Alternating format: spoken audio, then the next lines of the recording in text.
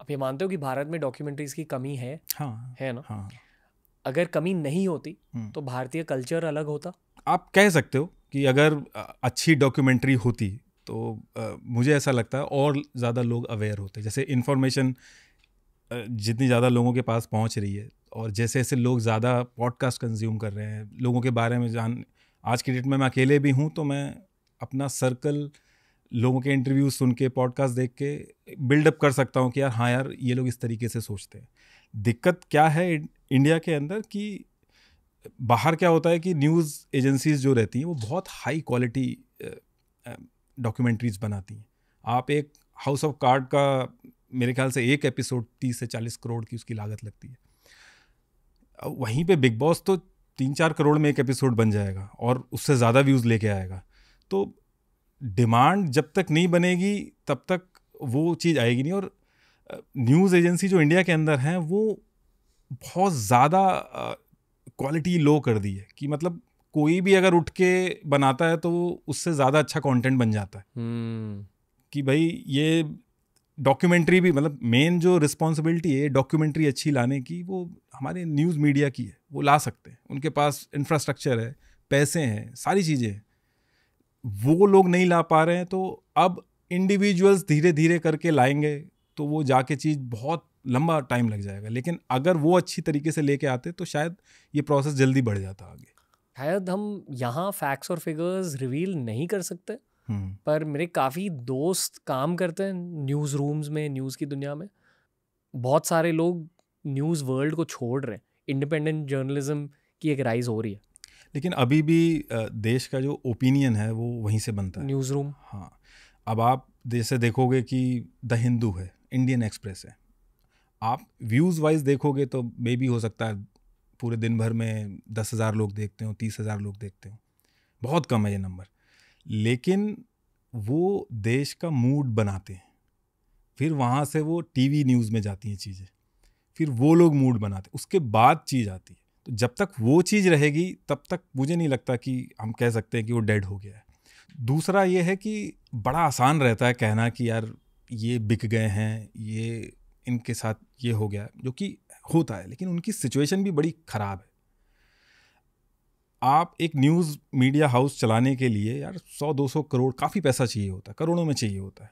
आपको पता है, आप भी चलाते हो तो एक मंथली सैलरी होती है, बहुत ग्राउंड पे जाते हैं रिपोर्टर, बहुत पैसा लगता है तो उसको चलाने के लिए। अब ये कमाते कैसे हैं?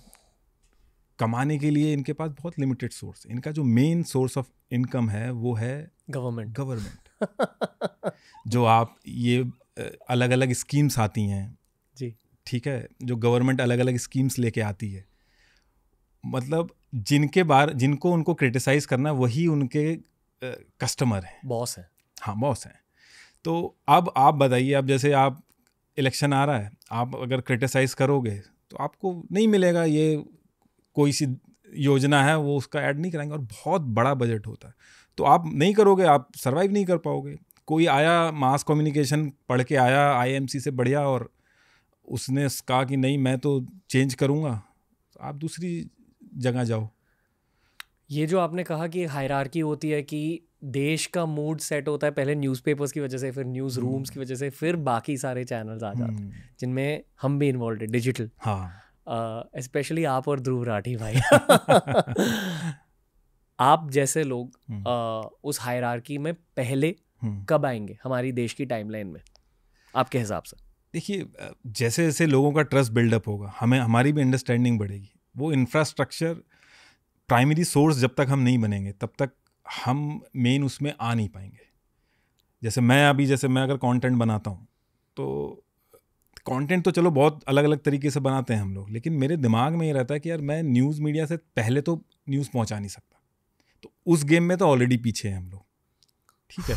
अब कैसे फिर हमें सर्वाइव करना है, तो हमें वैल्यू ज़्यादा देनी होगी कि भाई वो उनको ये एडवांटेज है, और वो जब ये चीज़ करते हैं कि ये पहला एडवांटेज उनको रहता है, तो हमें यहाँ पे वैल्यू ज़्यादा देनी पड़ेगी, और कोई तरीका नहीं है ज़्यादा आगे बढ़ने का उसमें। अमेरिका में जैसे अब ये ट्रम्प वर्सेस कमाला का माहौल चल रहा है, कमाला हैरिस किसी भी पॉडकास्ट पे नहीं जा रही, ट्रम्प बहुत सारे पॉडकास्ट पे जा रहे हैं।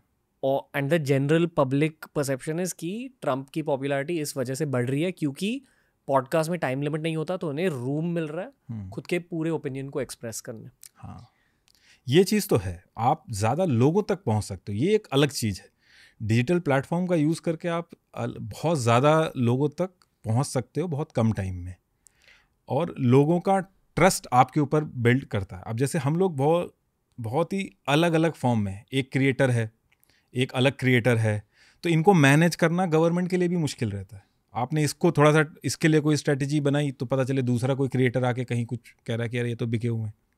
तो जितने अलग अलग क्रिएटर रहते हैं तो एक एडवांटेज रहता है कि क्योंकि सब अलग अलग हैं, एक कोई सिस्टमैटिक तरीके से कोई चीज़ नहीं है, तो गवर्नमेंट के लिए भी मैनेज करना बड़ा मुश्किल रहता है, और यही एडवांटेज है हमारा। अगर जिस दिन हम न्यूज़ मीडिया की तरह ऑर्गेनाइज हो गए और वो बड़े बड़े बजट में जाने लगे, तो फिर हम क्या करेंगे? हमें भी बिकना पड़ेगा, फिर या तो छोड़ना पड़ेगा या बिकना पड़ेगा। मैं जेन्युइनली दिल से मानता हूँ कि आप, ध्रुव राठी, अभिमन्यु, आप 3 शायद हमारे देश के सबसे स्किल्ड कंटेंट क्रिएटर्स हो। स्किल्ड, जिस तरह का कंटेंट रिलीज होना चाहिए, इन्हीं 3 चैनल से उस लेवल का कंटेंट रिलीज हो रहा है। स्किल्ड एज इन की, अच्छा, रिसर्च करने में, हम research, presentation, execution, helping with thoughts, helping with opinions. आप एक्चुअली देश के कल्चर को फ्यूल कर रहे हो। दोस्तों, ऐसे ही बहुत सारे क्लिप्स अपलोड किए हैं इस चैनल पर। चैनल को एक्सप्लोर करो, देखते जाओ और सीखते जाओ।